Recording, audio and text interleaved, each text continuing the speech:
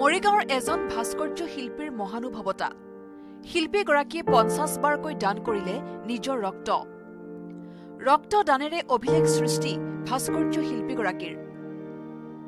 মণি বৰদলৈ নামৰ শিল্পীগৰাকীয়ে 50 সংখ্যক ৰক্ত দান কৰাৰ মুহূৰ্তত চিকিৎসালয় কৰ্তৃপক্ষৰ লগতে টিম হিউমেনিটিৰ সদস্যসকলে কেক কাটি গামোচা পিন্ধাই জনালে শুভেচ্ছা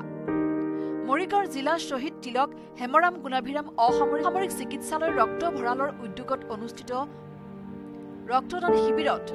ভাস্কৰ্য শিল্পীগৰাকীয়ে নিজৰ 50 সংখ্যক ৰক্তদান কৰে মোৰ এটোপাল তেজে যদি কোনোবা এজন ব্যক্তি দুদিন হ'লেও অকণমান সময় বেছিকৈ জীয়াই থকা যদি সহায় কৰে সেইটোৱে মোৰ কাৰণে বহুত ৰক্তহীনতা বিভিন্ন ধৰণৰ মানুহে আহক ডেকাসকলেও সকলোৱে আগবাঢ়ি আহক অকণমান তেজ দান কৰক ৰাইজৰ যিসকলৰ তেজৰ প্ৰয়োজন হৈ থাকে তেওঁলোকৰ বহুতখিনি সকাহ পাব মানুহখিনি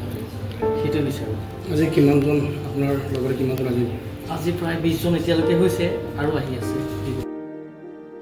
ৰক্তদানৰ দ্বাৰা যদি এজন ব্যক্তিয়ে কিছু সময় হলেও বেছি জীয়াই থাকিব পাৰে তে তেওঁৰ বাবে এয়া এক সৌভাগ্য বুলি মন্তব্য কৰে ভাস্কৰ্য শিল্পীগৰাকীয়ে